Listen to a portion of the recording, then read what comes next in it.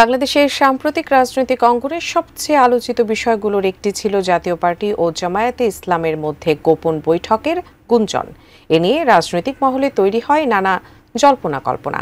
তবে এবার বিষয়টি নিয়ে আনুষ্ঠানিকভাবে মুখ খুলেছে জামায়াতে ইসলামী। কিন্তু কি বলছে দলটি? বিস্তারিত শিহাব ইসলামের ডেস্ক রিপোর্টে। আসন্ন জাতীয় সংসদ নির্বাচনকে সামনে রেখে যখন রাজনৈতিক দলগুলো আসন বন্টন ও প্রার্থী চূড়ান্তকরণে ব্যস্ত সময় পার করছে, ঠিক সেই সময় গুজব ও মিথ্যাচার ছড়িয়ে জনমনে বিভ্রান্ত সৃষ্টিতে সক্রিয় হয়ে উঠেছে একটি গোপন মহল। দেশকে অস্থিতিশীল করার উদ্দেশ্যে তারা নানামুখী পরিকল্পনা করছে, এমনকি গুজব ও মিথ্যা তথ্যের জালে বিভ্রান্ত করছে দেশের সাধারণ জনগণকে। এরই ধারাবাহিকতায় সম্প্রতি সামাজিক যোগাযোগ মাধ্যম এবং কিছু অনলাইন সংবাদ মাধ্যমে ছড়িয়ে পড়ে জামায়াতে ইসলামী ও জাতীয় পার্টির শীর্ষ নেতাদের মধ্যে গোপন বৈঠকের গুঞ্জন।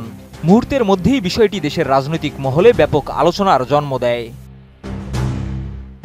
তবে জাতীয় পার্টির সঙ্গে গোপন বৈঠকের গুঞ্জনকে ভিত্তিহীন ও অসত্য দাবি করেছে বাংলাদেশ জামায়াতে ইসলামী।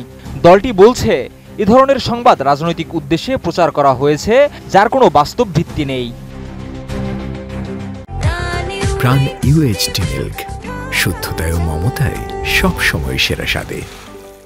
10 নভেম্বর এক বিবৃতিতে জামায়াতে ইসলামীর সহকারী সেক্রেটারি জেনারেল এবং কেন্দ্রীয় প্রচার ও মিডিয়া বিভাগের প্রধান অ্যাডভোকেট এহসানুল মাহবুব জুবায়ের এর তীব্র নিন্দা ও প্রতিবাদ জানান।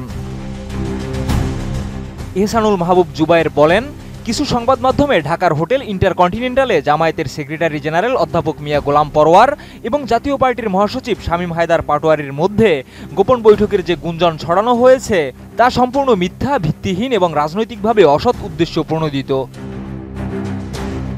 জুবায়ের আরও বলেন, বাস্তবে এ ধরনের কোনো বৈঠক বা সাক্ষাৎ হয়নি। কিছু গণমাধ্যম অসৎ রাজনৈতিক উদ্দেশ্যে জনমনে বিভ্রান্তি ছড়ানোর চেষ্টা করছে, যা অত্যন্ত দুঃখজনক ও নিন্দনীয়। দেশবাসীকে এসব গুজব ও বিভ্রান্তিকর সংবাদের প্রতি সতর্ক থাকার আহ্বান জানান তিনি। পাশাপাশি সংশ্লিষ্ট সংবাদ মাধ্যমগুলোকে মন গড়া ও উদ্দেশ্য প্রণোদিত সংবাদ প্রকাশ থেকে বিরত থাকার পরামর্শ দেন জামাতের এই নেতা।